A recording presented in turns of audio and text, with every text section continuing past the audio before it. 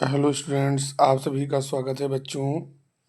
आज हम इस वीडियो के माध्यम से आप सभी को जो फिजिक्स का करंट और इलेक्ट्रिसिटी चैप्टर है बच्चों, उसको हम रिवाइज कराएंगे बच्चों। अगर बच्चों यहाँ पर देखा जाए, सबसे पहला जो है बच्चों, यहाँ पर ये है करंट। करंट क्या होता है?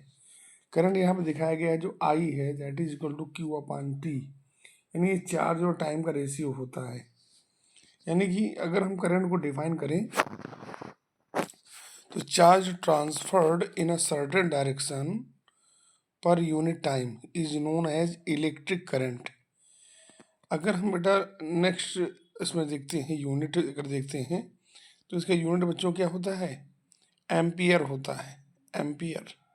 और जो एक एम्पियर होता है बच्चों, वो 1 कूलाम पर सेकंड होता है। 1 कूलाम पर सेकंड होता है, जैसा कि यहाँ पर दिखाया गया है।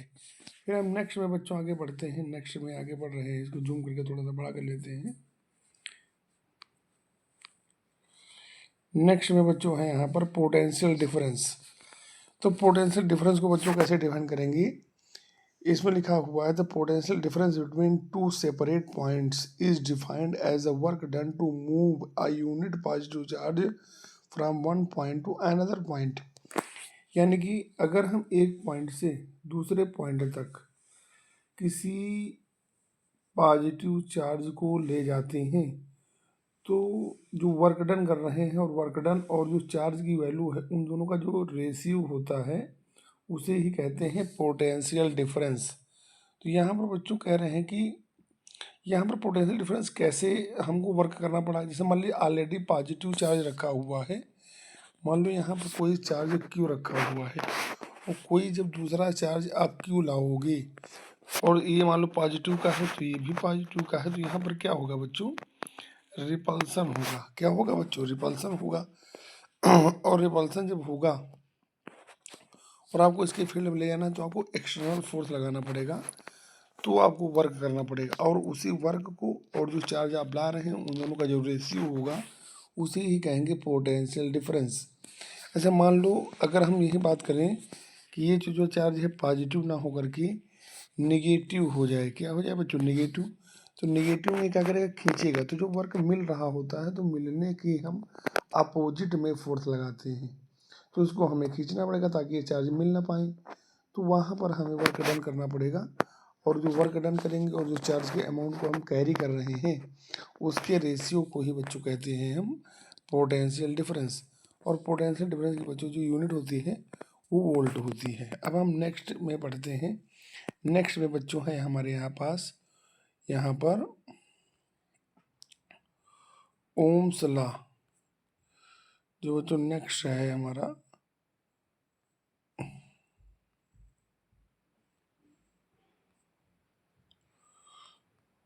बच्चों क्या है? ओम्स लॉ है। नेक्स्ट पॉइंट में हमारा ओम्स लॉ है बच्चों। तो ये बेटा जो ओम्स लॉ होता है, ये पोटेंशियल डिफरेंस, करंट और रेजिस्टेंस के बीच बच्चों एक रिलेशनशिप देता है। और ये ओम्स लॉ बच्चों कहता क्या है कि अगर जो हमारा एक कंडक्टर है, कंडक्टर की फिजिकल कंडीशन, जैसे उसकी लेंथ हो गई, उसका टेम्परेचर हो गया, और उसका जो एरिया हो गया बच्चों, इनको सबको जब हम अगर कांस्टेंट रखें, तो जो पोटेंशियल डिफरेंस है बच्चों, जब यहाँ पर वी है, तो उसमें जो फ्लो होने वाली करंट है, यानी जो फ्लो होने वाली करंट है, वो पोटेंशियल डिफरेंस की क्या हो जाएगी? डायरेक्टली प्रोपोर्शनल हो जाएगी। और यहाँ पर जब साइन ऑफ प्रोपोर्शनलिटी हटता है, तो इक्वल का साइन आता है, उसके साथ कोई ना कोई कांस्टेंट मल्टीप्लाई होता है। तो यहाँ पर के की जगह पर आर आ गया है, तो V equal to I R, जहाँ पर आर होता है एक ओम कांस्टेंट, और इसे कहते हैं रेजिस्टेंस ऑफ द कंडक्टर। तो ये बच्चों इस तरह से ये जो ओम्स लॉ होता है, ये किसी भी स्ट्रेट वायर के लिए लागू होता है। किसके लिए लागू होता है बच्चों? ये स्ट्रेट वायर के लिए लागू होता है, एक सीधे कंडक्टर के लिए लागू होता है। और ये मेटेलिक होना चाहिए। कैसा होना चाहिए बच्चों? मेटल का होना चाहिए। किसका होना चाहिए बच्चों? मेटल का होना चाहिए। बच्चों अगर हम देखें इसमें, ये हमारा जो रेजिस्टेंस होता है, वो डिपेंड किस पर करता है? तो यहाँ पर लेंथ पे डिपेंड करेगा, एरिया पर डिपेंड करेगा। तो यहाँ पर अगर हम देखें तो जो रेजिस्टेंस है वो equal to R equal to rho L upon A दिया गया है, रो एल अपान ए दिया गया है। और यहाँ पर ए जो रो है बच्चों वो क्या है, यहाँ पर जो रो है बच्चों उसे हम रजिस्टिविटी कहते हैं। और रजिस्टिविटी का मतलब होता है स्पेसिफिक रेजिस्टेंस। अब बच्चों यहाँ पर हम पढ़ने वाले हैं कि रेजिस्टेंस का जो कॉम्बिनेशन है, तो रेजिस्टेंस को हम बच्चों सीरीज में भी कंबाइन कर सकते हैं और पैरेलल में भी कर सकते हैं। तो जो सीरीज कॉम्बिनेशन होता है उसे बच्चों कहते हैं end to end, end to end combination. और इंड टू इंड कॉम्बिनेशन जो बच्चों होता है उसके लिए जो हमारा इक्विवेलेंट रेजिस्टेंस होता है, इसका फिगर आप बच्चों यहाँ पर देख रहे हैं, ये फिगर है। इस तरह से रेजिस्टेंस जुड़े होते हैं तो इन्हें हम कहते हैं सीरीज कॉम्बिनेशन। और उनका जो रिजल्टेंट होता है R equal to R one plus R two plus R three dot dot dot R N तक। अगर बच्चों हम पैरेलल कॉम्बिनेशन देखें तो बच्चों ये फिगर में हम समझ सकते हैं। देखिए ये फिगर है जो पैरेलल कॉम्बिनेशन को बता रहा है। तो यहाँ पर बच्चों का रेजिस्टेंस कुछ इस तरह से जुड़ जाए तो ये पैरेलल कॉम्बिनेशन को बताएंगे। और यहाँ पर जो रिजल्टेंट करना होगा तो वन अपान रिजल्टेंट के फॉर्म में one upon R one plus one upon R two data जुड़ते जाते हैं और यहाँ पर रिजल्टेंट को हम कैलकुलेट कर लेते हैं। बच्चों नेक्स्ट में पढ़ते हैं, यहाँ पर जैसे करंट है तो करंट का अपने एक हीटिंग इफेक्ट होता है। तो करंट जब ज़्यादा समय के लिए फ्लो करती है तो वो हीटिंग इफेक्ट शो करती है। और यहाँ पर जो इलेक्ट्रिक एनर्जी होती है वो उसका फॉर्मूला होता है वी आई टी। यहाँ पर वी है पोटेंशियल डिफरेंस, आई है करंट और टी है टाइम। और यहाँ पर जब इलेक्ट्रिक एनर्जी बच्चों हीट एनर्जी में कन्वर्ट होती है तो यही एच बराबर वी आई टी के फॉर्म में आ जाती है। और इसके लिए दूसरा फॉर्मूला होता है क्योंकि वी बराबर आई आर होता है। जब वी बराबर आई आर की वैल्यू यहाँ रखेंगे तो आई ऑलरेडी है, यहाँ पर एक आई और है, आई स्क्वायर आर टी बन जाएगा।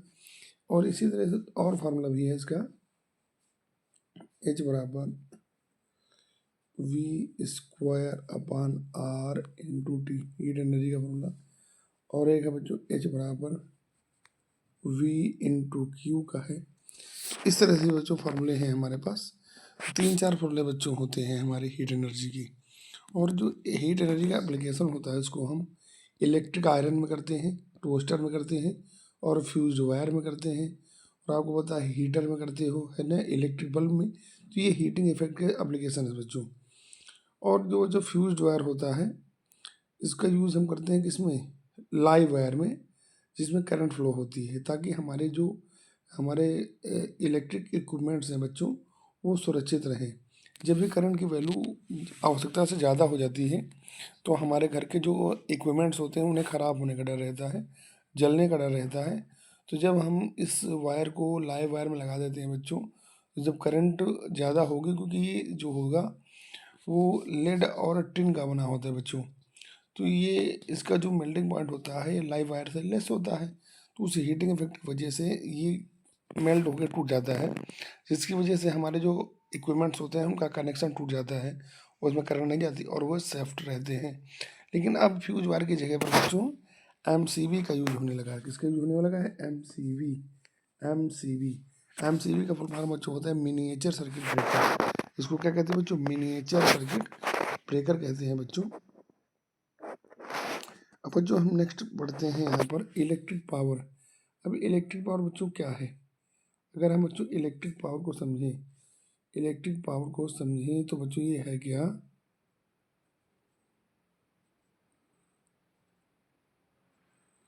इलेक्ट्रिक पावर बच्चों क्या है। इलेक्ट्रिक पावर जो होती है वो पोटेंशियल डिफरेंस और करंट का मल्टीप्लाई होता है। ये पोटेंशियल डिफरेंस और करंट का मल्टीप्लाई होता है, जैसा कि आप फार्मूले में देख रहे हैं। और यहाँ पर इस ओम्स लॉ की बच्चों स्टेटमेंट के फॉर्म में समझाया गया है। यहाँ पर जैसे वहाँ पे हमने भी मैथमेटिकल फॉर्म समझा, यहाँ पे हम इसका, यहाँ पर देखिए यहाँ पर 1 किलोवाट आवर लिखा गया है। ये 1 किलोवाट आवर जो बच्चों होती है ये ऑक्यूपेशनल यूनिट होती है। किस कौन सी यूनिट होती है, occupational unit of electric energy. आपके घरों में जो बिल आता है वो 1 किलोवाट आवर के हिसाब से आता है कि आपने कितने किलोवाट आवर एनर्जी वेस्ट की है। और 1 किलोवाट आवर की अगर हम जूल में वैल्यू देखें तो ये बच्चों होती है 3.6 10⁻6 जूल के फॉर्म में होती है। अब ओम्स लॉ कहता है कि अंडर कांस्टेंट फिजिकल कंडीशन, जैसे कि टेम्परेचर बताया था हमने, प्रेशर बताया था और लेंथ है, एरिया है, the current flowing through a conductor is directly proportional to the potential difference across the conductor. यानी कि पोटेंशियल डिफरेंस अगर को बढ़ाओगे तो करंट भी बढ़ेगी, अगर पोटेंशियल डिफरेंस घटाओगे तो करंट भी घटेगी। कुछ इस प्रकार से बच्चों यहाँ पर इसका मामला होता है। अब यहाँ पर लिखा है पोटेंशियल डिफरेंस को बच्चों हम वोल्टेज में नापते हैं। किसमें नापते हैं? Potential difference is measured in voltage is cause of current, और जो करंट है उसको हम एम्पियर में नापते हैं। और पोटेंशियल डिफरेंस को नापने के लिए बच्चों हम किसका यूज़ करते हैं? वोल्ट मीटर का यूज़ करते हैं। किसका यूज़ करते हैं? Volt meter. और बच्चों करंट को नापने के लिए बच्चों हम अमीटर का यूज़ करते हैं। किसका यूज़ करते हैं? अमीटर का यूज़ करते हैं। तो बच्चों उम्मीद करते हैं सभी को समझ आना होगा। अब अगर हम इसको सर्किट के वजह से अगर हम करंट का फ्लो समझे, मान लेते हैं ये हमारा कुछ फिगर बच्चों शो किया गया है यहाँ पर ये बच्चों बैटरी लगी हुई है रेजिस्टेंस, क्योंकि करंट का जो फ्लो होगा वो रेजिस्टेंस में होगा। तो यहाँ पर जो इलेक्ट्रॉन होते हैं वो बच्चों क्या होते हैं? नेगेटिव टर्मिनल से पॉजिटिव टर्मिनल की तरफ आते हैं, और इसी के अपोजिट में करंट का फ्लो माना जाता है। तो करंट जो होती है वो पॉजिटिव टर्मिनल से नेगेटिव टर्मिनल की तरफ आती है। यहाँ पर पॉजिटिव टर्मिनल को हाई वोल्टेज पर माना जाता है और नेगेटिव को लो वोल्टेज में माना जाता है। तो करंट का बच्चों जो फ्लो होता है, करंट का जो फ्लो होगा वो हाई वोल्टेज टू हाई, या आप कह सकते हो high potential to low potential होता है। जिस तरह से पानी का बहाव ऊपर से नीचे की तरफ होता है, उसी तरह से करंट भी मतलब ऊपर जो जैसे पानी ऊपर हाइट पे है तो उसका जो ग्रेविटेशनल पोटेंशियल होगा वो ज़्यादा होगा, और नीचे जो पॉइंट है उसका पोटेंशियल तो इसलिए पानी ऊपर से नीचे की तरफ आता है, उसे करंट भी है। तो करंट का जहाँ पर पोटेंशियल ज़्यादा होगा तो पॉजिटिव टर्मिनल पर पोटेंशियल ज़्यादा होता है, नेगेटिव पे कम होता है। तो ज़्यादा और कम की वजह से एक पीटी जनरेट होता है। पीटी का मतलब पोटेंशियल डिफरेंस जनरेट होता है, और जब तक पोटेंशियल डिफरेंस जनरेट नहीं होगा करंट का फ्लो नहीं होगा। तो उम्मीद करते हैं सभी को ये चीज़ें समझ में आई होंगी। सभी लोग वीडियो को देखिएगा, लाइक करिएगा और चैनल को सब्सक्राइब करिएगा।